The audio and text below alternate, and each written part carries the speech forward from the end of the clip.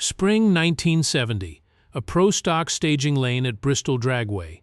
The air was thick with the smell of race gas and hot rubber, and every crew chief lined up that weekend had spent the winter doing the same thing, tearing down last season's combination, chasing every legal thousandth of an inch NHRA's pro-stock rulebook would allow, trying to find any advantage the rest of the field hadn't already found first.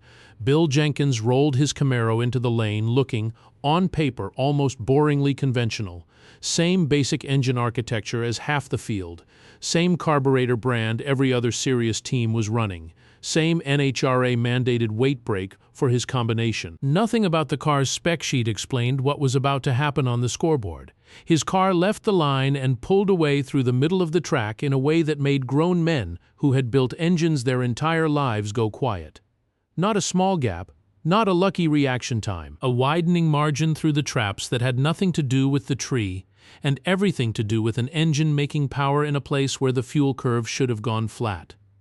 A rival crew chief, a man with 2 decades of NHRA experience, pulled Jenkins' time slip that weekend and stood staring at the mid-track speed number for a long moment before saying to nobody in particular that the number simply should not have been possible on the carburetor Jenkins was legally allowed to run.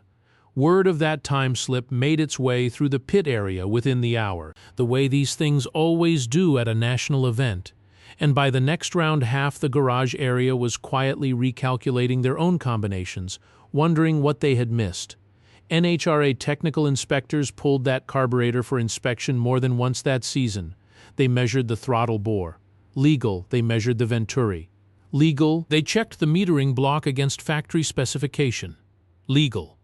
Every single number came back clean, and every single time, Jenkins' engine kept doing something with that carburetor that nobody else's engine could replicate. One inspector who had been checking pro-stock carburetors since the class's earliest days later admitted that he walked back to that timing tower half expecting to find a discrepancy so obvious it would embarrass him for missing it the first time. He never found one. Whatever Jenkins was doing was not sitting in any single measurable part. It was sitting somewhere in the relationships between parts, in decisions the rulebook had simply never been detailed enough to police. Here is the part that should genuinely bother you. What happened in that staging lane at Bristol was not even the most aggressive thing Bill Jenkins ever did with a carburetor. Stay with me, because in the next 30 minutes, I'm going to take you inside the mind of the man they called the Grump, and I'm going to show you 5 carburetor and fuel curve modifications Bill Jenkins built into his pro-stock combinations, modifications so precisely built around the exact wording of NHRA's rulebook that technical inspectors could tear the part down on a bench, measure every dimension it had, and still never find a single number they could legally call a violation. I'm going to show you the actual fluid dynamics, the actual metering chemistry, the actual physics behind each one. Not pit lane legend, not folklore, the real engineering that let one man's engine pull meaningfully more usable power out of a carburetor that every other pro-stock team in the country was running in an essentially identical form. By the end, you will not be able to look at a stock-appearing carburetor sitting on top of a race engine the same way again. And I'm going to make you a promise right now. By the time this video ends, you will understand exactly why NHRA spent years chasing rule language specifically written to close what Bill Jenkins had already found, and why, by the time that language finally existed, Jenkins had already moved 3 steps further down the same road. The most uncomfortable part of that promise, every single one of these modifications was legal on the day it raced. NHRA only ever caught up after the fact. Let's go back to where this story actually begins. Not with the carburetor's internal circuits, but with a basic assumption about metering blocks that every other pro-stock team in the country had simply stopped questioning. Secret one. The metering block that was reading a different engine than the one underneath it, NHRA's pro-stock rulebook in this era regulated carburetor specification with real precision. Throttle bore diameter, venturi size, overall flow capacity, all measured against a factory baseline, all locked to prevent teams from simply bolting on a bigger, more capable unit than the rules intended. Every crew chief in the class read that rule and understood it correctly. The carburetor itself, as a physical object, was frozen in place. It was the kind of rule that felt airtight on the page, the kind that gave technical inspectors real confidence walking up to any car in the staging lanes, because a tape measure and a flow bench could verify every number that actually mattered, or so it seemed at the time. What the rule did not regulate with anywhere near the same precision was how that carburetor's internal metering circuits were calibrated to match the specific engine bolted underneath it. This distinction is the whole story, and it is worth sitting with for a moment. A carburetor's metering block is engineered around assumptions: expected airflow at a given RPM, expected manifold vacuum signal, expected fuel demand across the engine's operating range. Factory calibration is built around a broad, generic version of that engine, the kind that has to work reasonably well across a wide range of applications. A pro-stock engine, tuned to an extreme, narrow power band and spinning to RPM levels, the factory calibration never anticipated, was being fed by a metering circuit that was, in a very real sense, still calibrated for a different engine than the one actually bolted beneath it. Every other team in the class accepted the factory metering curve as close enough, adjusting jet sizes within the range the rulebook allowed and calling that adjustment sufficient tuning. Jenkins looked at the same metering block and asked a more specific question. What does this engine's actual fuel demand curve look like, second by second, through its entire power band, and how far away is the stock metering circuit from matching it exactly? It was the kind of question that sounded almost trivially obvious once someone finally asked it out loud, and yet nobody else in the class had actually sat down and done the work to answer it with real data instead of assumption. Think about wearing a suit bought straight off a department store rack compared to one cut by a tailor who has taken your exact measurements. The rack suit is not wrong. Exactly, it fits a generic body reasonably well, the way factory carburetor calibration fits a generic version of the engine bolted underneath it reasonably well. But it will never fit as precisely, never move as naturally as a garment built around the specific dimensions of the person actually wearing it. Every other pro-stock team in the country was racing in the rack suit. Jenkins was quietly having his tailored, one engine at a time, using nothing but adjustments the rulebook already allowed. He spent an enormous amount of time on the dyno mapping his engine's true fuel requirement at every point along its rev range, then reworked the internal metering circuits, using nothing outside the legal internal adjustment range the rulebook permitted. To match that specific curve with a precision most competitors were not patient enough to chase. The result was an engine receiving exactly the fuel it needed at every single point through the pull, no excess fuel washing cylinder walls and stealing power in the mid-range, no lean spots starving the engine right where peak cylinder pressure mattered most. NHRA inspectors measured the carburetor's external dimensions. Every one of them matched specification. They checked jet sizes against the allowable range. Every one of them was legal. Nothing in the rule book described how precisely a metering circuit needed to be matched to a specific engine's fuel curve, because nobody writing that rule had imagined a tuner treating carburetor calibration with the same obsessive precision most builders reserved for camshaft timing. NHRA eventually tightened language around metering block modifications, closing the exact gap Jenkins had found. But the runs from before that language existed had already gone into the record books permanent. The competitive effect showed up in the one place drag racing measurements cannot be argued with: the timing lights. An engine receiving exactly the fuel it needs at every point through the pull is not just making marginally more peak horsepower.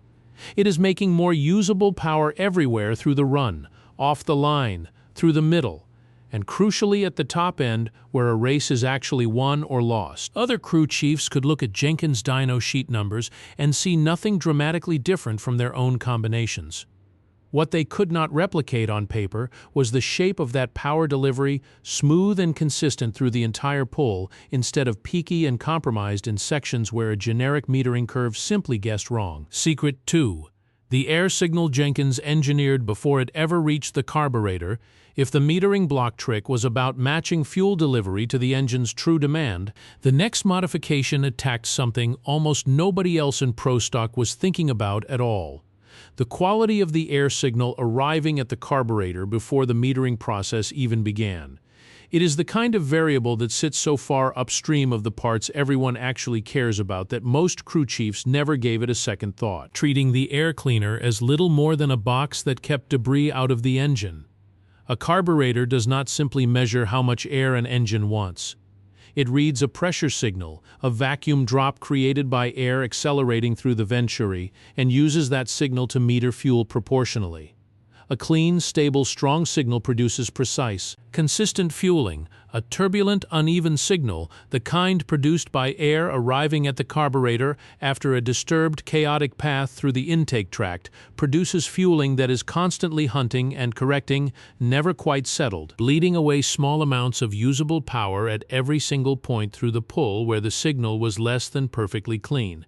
Multiply that tiny constant correction across an entire quarter-mile run, happening dozens of times per second, and what looks like a negligible inefficiency on paper becomes a measurable, repeatable gap on a time slip. NHRA's rulebook regulated the carburetor itself with precision and regulated the air cleaner assembly with a set of dimensional limits meant to keep everyone within a reasonable size and shape. It said almost nothing about the internal geometry of the path air actually traveled on its way from the intake opening to the carburetor's throat, treating that space as functionally empty, a non-factor nobody had bothered to write specific language around.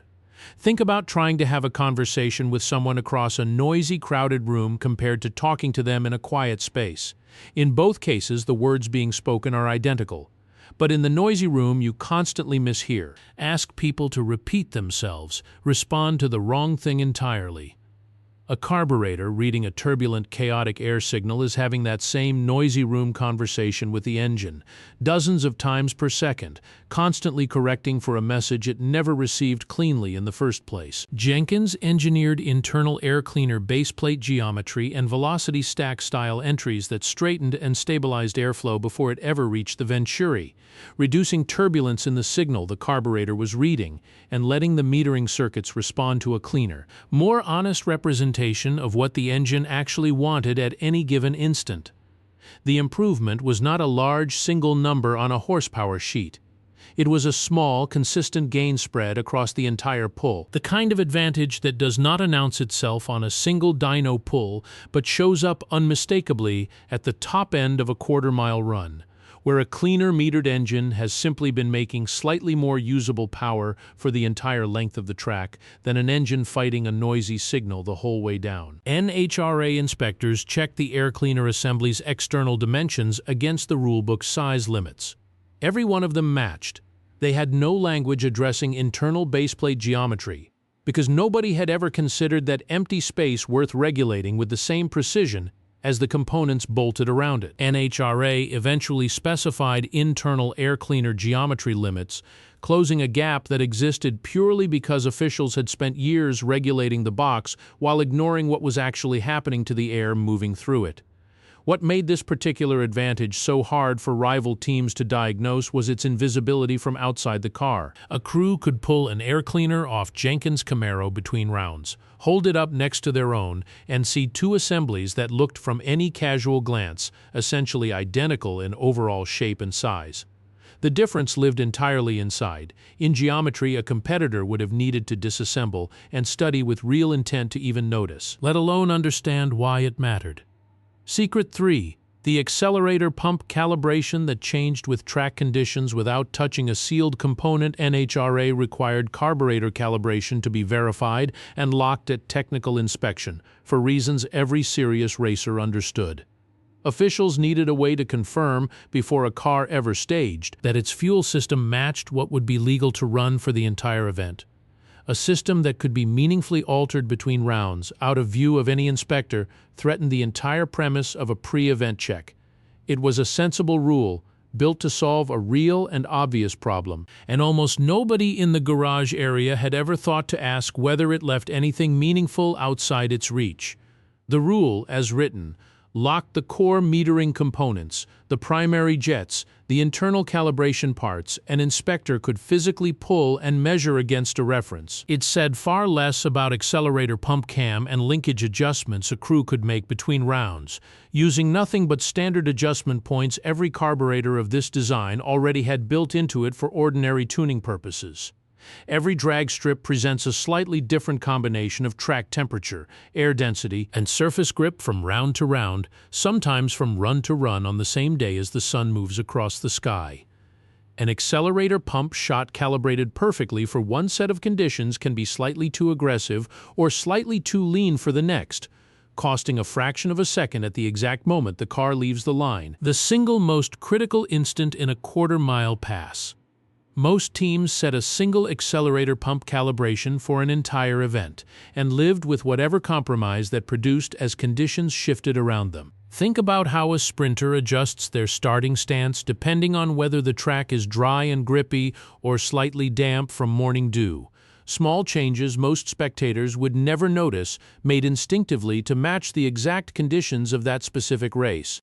Most pro stock teams were setting one starting stance for the whole event and running it regardless of what the track was actually doing underneath them that particular round. Jenkins treated accelerator pump calibration as a variable to be actively managed round by round, reading track conditions with the same seriousness other crew chiefs reserved for tire pressure and adjusting pump shot volume and timing between rounds using nothing but the carburetor's standard legal adjustment points. The result was a launch that stayed consistently optimized to the conditions actually present at that specific moment, instead of a launch calibrated once and left to drift out of tune as the day wore on. NHRA inspectors checked primary jetting at technical inspection and confirmed it matched specification. They had no rule prohibiting standard accelerator pump adjustments a crew was already permitted to make as part of ordinary tuning. It took years of watching Jenkins cars post unusually consistent 60-foot times across wildly different track conditions before anyone connected the pattern to a discipline most competitors treated as an afterthought. Consistency, more than raw peak speed, is what actually wins elimination rounds in drag racing, because a bracket or heads-up format built on repeated head-to-head passes punishes a car that is fast on one run and inconsistent on the next far more harshly than it rewards a car that is merely fast once. A crew chief who could deliver the same launch quality round after round, regardless of whether the track had cooled off between sessions or heated up under an afternoon sun, was not just winning individual races. He was systematically removing the variance that eliminated other teams before their raw speed ever got the chance to matter. Secret 4. The manifold runner length Jenkins tuned like a musical instrument. The fourth modification attacked a limitation almost everyone in the class treated as simply fixed by the rules. NHRA regulated carburetor bore and manifold design within a defined envelope, and most teams read that envelope as the hard ceiling on what intake tuning could contribute to the combination. It was the kind of assumption that hardens into fact simply because nobody in the class had ever seriously tested whether it was actually true. The way a rumor repeated often enough in a garage area starts to sound indistinguishable from a verified engineering conclusion. What the rulebook regulated loosely, within that envelope, was the precise internal length and cross-section of individual manifold runners, treating the broad category of manifold as the regulated unit rather than policing every internal dimension with equal precision. Here is the physics that made that gap worth exploiting, and it is genuinely elegant once you understand it. Air moving through an intake runner behaves in a real sense like a column of air with its own resonant frequency.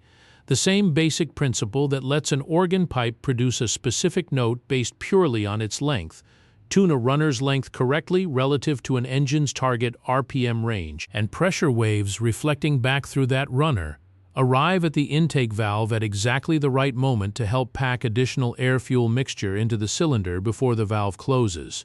A phenomenon engineers call intake tuning or ram effect. Get that length wrong, and the same reflected pressure wave arrives at exactly the wrong moment, working against cylinder filling instead of helping it. Think about pushing a child on a swing. Push at the wrong moment in the swing's natural rhythm, and you fight against the motion, wasting effort and barely adding height. Push at exactly the right moment, timed to the swing's own resonant rhythm, and a small, well-timed effort adds noticeably more height than a much larger, badly timed one ever could.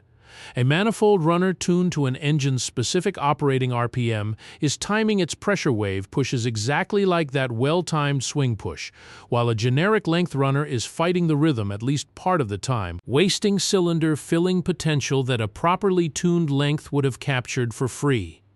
Jenkins worked within the legal manifold envelope NHRA allowed, but calculated and machined runner lengths with a precision aimed specifically at his engine's narrow, extreme operating RPM range, essentially tuning the intake runners like a musical instrument built to resonate at one specific note instead of a generic length meant to work adequately across a broad range. Most pro-stock engines never actually used. The advantage was hardest to see from outside the car and easiest to see on a time slip. A generic manifold might cost an engine a few % of its theoretical cylinder filling potential across the meat of the power band. An amount too small to notice on any single dyno pull but large enough, compounded across an entire quarter mile at the RPM range the engine actually lived in for nearly the whole run, to separate a national event winner from a car that never made it out of the first round. NHRA inspectors measured the manifold's overall envelope. It matched specification.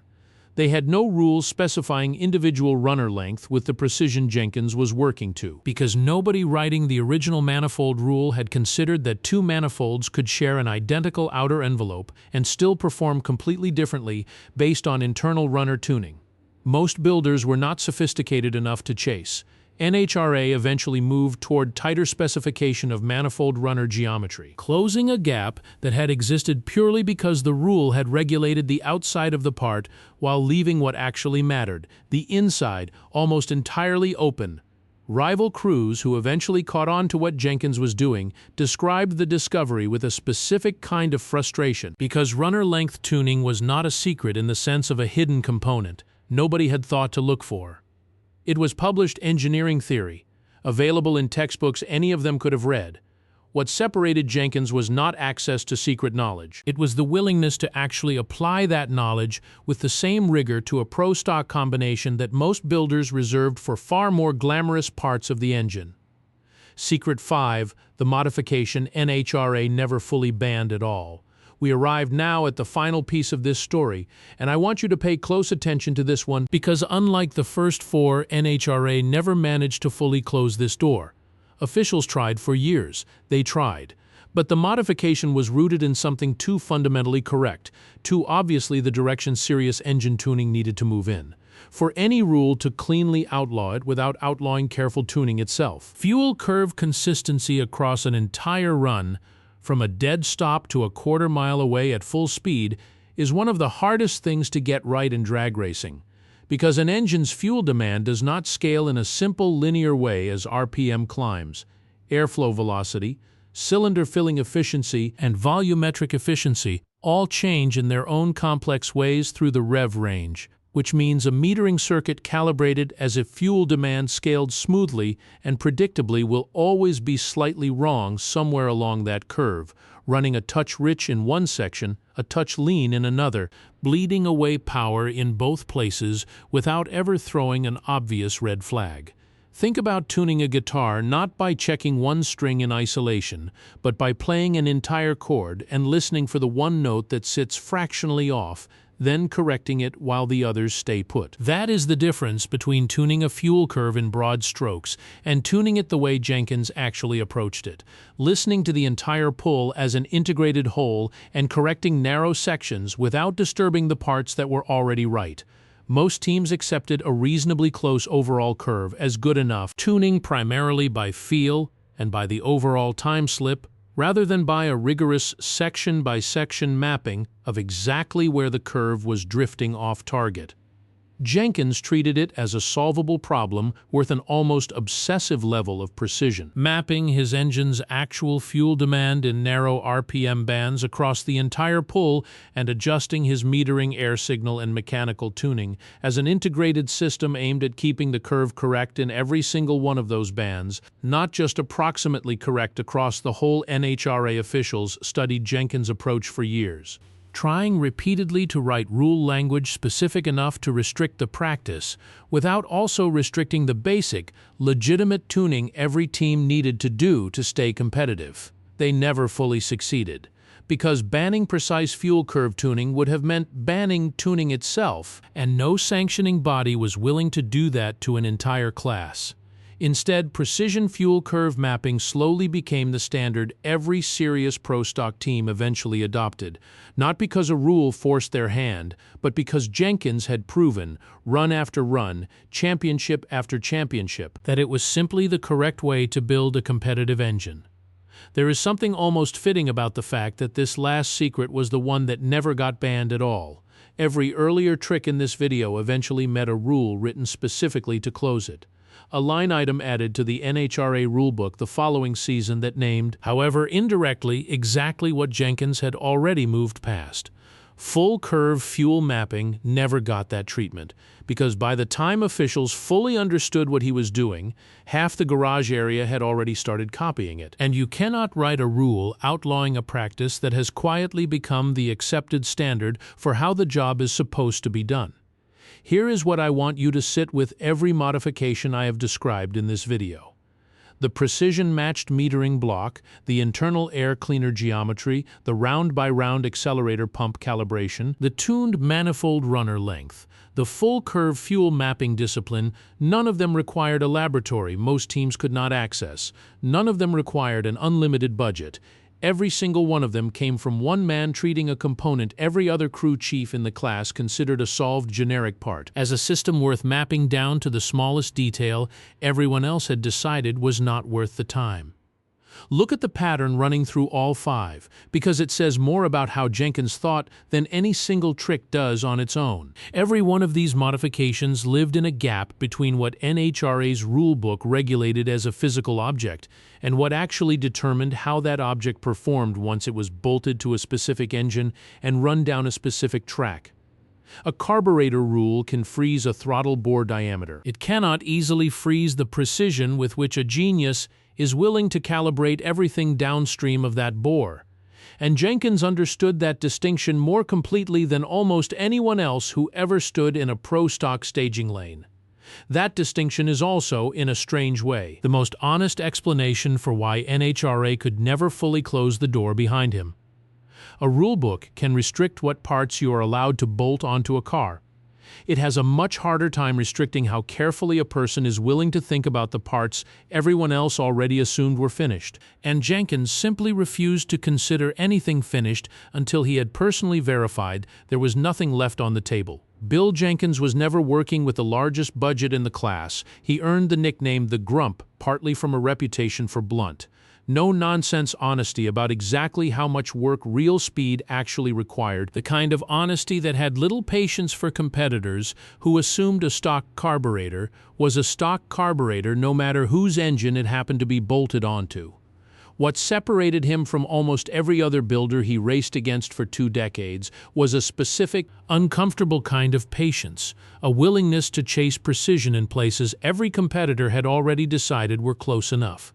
In the case of the carburetor, a part every rival team treated as a bolt-on component with a fixed ceiling, he almost never treated it that way at all. And in the space between what the rules prohibited and what fluid dynamics and combustion chemistry actually allowed, Bill Jenkins built fuel systems that let his engines pull more usable power out of the exact same carburetor every other team in pro stock was running. He did not cheat the rulebook. He read it more carefully and understood the physics underneath it more completely than the people who wrote it. That is the thread running through every trick in this video, and honestly through nearly everything Bill Jenkins ever touched across a career that helped define an entire class of racing. Other builders read a rulebook looking for the boundary. Jenkins read it looking for the words the boundary was actually made of, and time after time, championship after championship, those words left more room than anyone else in the staging lanes had ever bothered to notice.